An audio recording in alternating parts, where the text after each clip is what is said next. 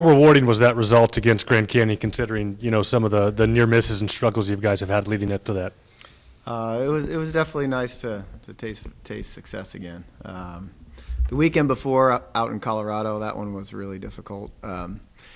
We were just right there. It came down to heavyweight, and it was tough on Empey, to be the last guy. But it was a really close bout, so it was good to get over that hump for sure.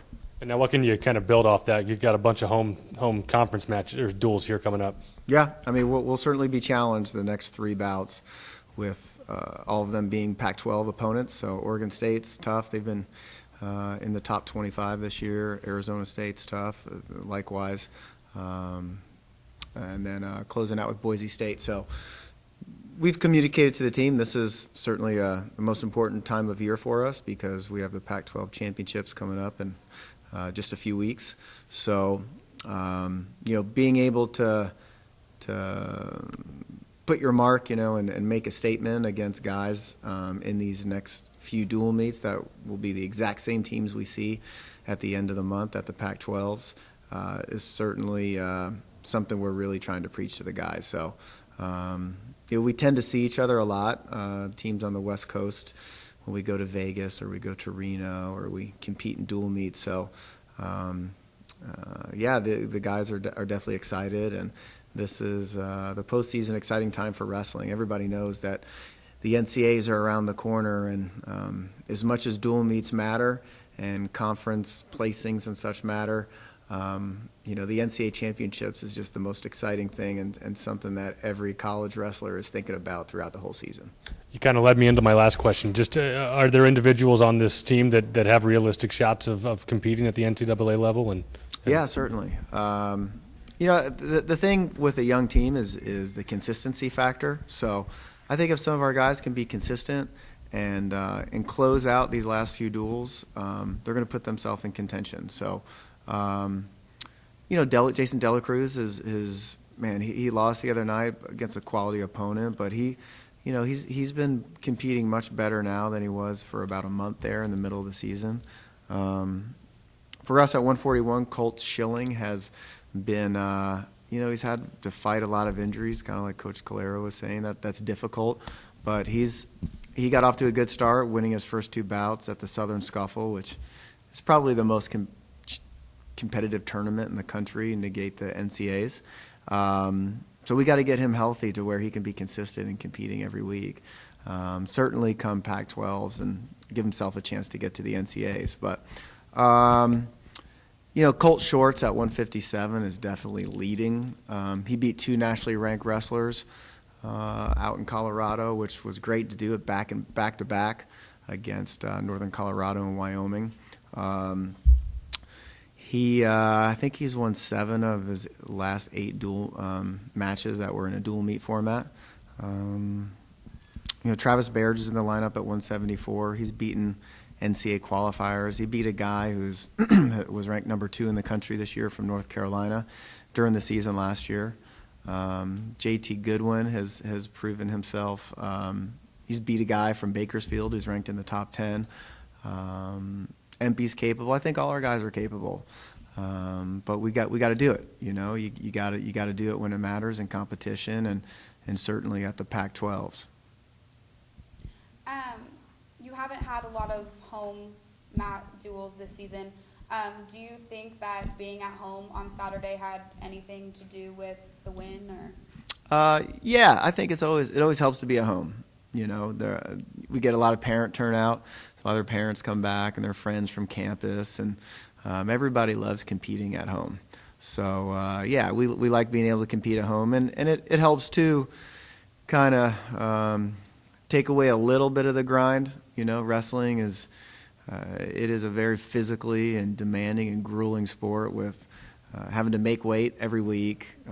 Just our training regimens. I mean, we spar and go live almost every day that we're in the room. And then when you add travel to that's certainly a component of it. So for us to be able to be at home the next few weeks is definitely a good thing for us. So what are you guys looking to see from Oregon? Oregon State wrestles a physical style. Oregon State and Boise State, they both wrestled at those coaches were national champions at the University of Iowa. So having someone on our staff, Mike Evans, who is a 3-time All-American from the University of Iowa, it's a similar style. So they're going to wrestle physical and use their hands a lot and pull on our head and try and wrestle us in a front headlock, like down on the mat. They're just tough teams. So it's nothing that we haven't seen before, and it's not that we haven't planned and prepared for. But we're putting our team in those situations, so we're comfortable now leading up to these next couple weeks. And then with Oregon, I know they have 3 nationally ranked wrestlers. Is there any way that you like mentally prepare your guys for that, or? We don't do it any differently. Again, we do a little bit. The coaches watch some of the matches that the guys, the matchups, and we'll scout them a little bit. We don't. Some of our guys like to do that, but we tend to take charge of that and just simplify it. And hey, here are a couple situations you got to work in and be comfortable in, but we don't prepare any differently. Thank you. Is wrestling against Oregon State, does that have special significance to Colt Schilling in light of the fact he's from Sweet Home, Oregon? Oh, yeah. When we wrestled Oregon State last year and he won, he had a huge cheering section. So I think he was definitely being recruited by Oregon State, which, I don't know, I think it's a couple hours from his hometown of Sweet Home to Corvallis. So, yeah, there's certainly incentive for him when we wrestle Oregon State.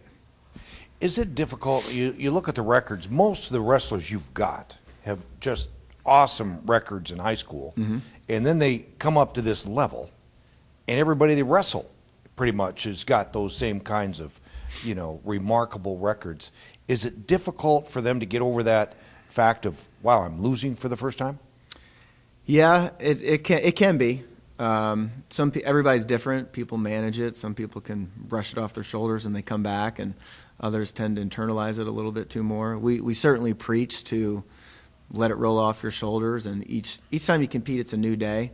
So that keeps you focused whether you're winning or losing. If you're coming off a victory, you can't rest on your laurels, and if you did take a loss, you can't let it affect you and dictate what you're going to do the next time you compete. But I think last time I commented on a lot of the guys that were redshirting right now. We have a lot of quality freshmen that we decided to take that route to not kind of throw them with the Wolves or the Lions right away.